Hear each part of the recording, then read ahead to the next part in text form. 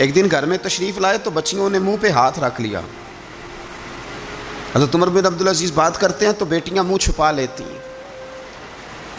پتر کیا بات ہے بیٹے، میرے منہ سے بدبو آ رہی ہے، منہ چھپاتی ہو؟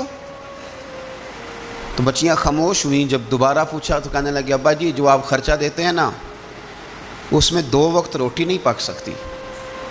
اور یارو میں آپ کو وقت کے امیر کی بات سنا رہا ہوں۔ بیٹیوں نے منہ میں ہاتھ رکھا ہے۔ پتر کیا بات ہے ابا جی،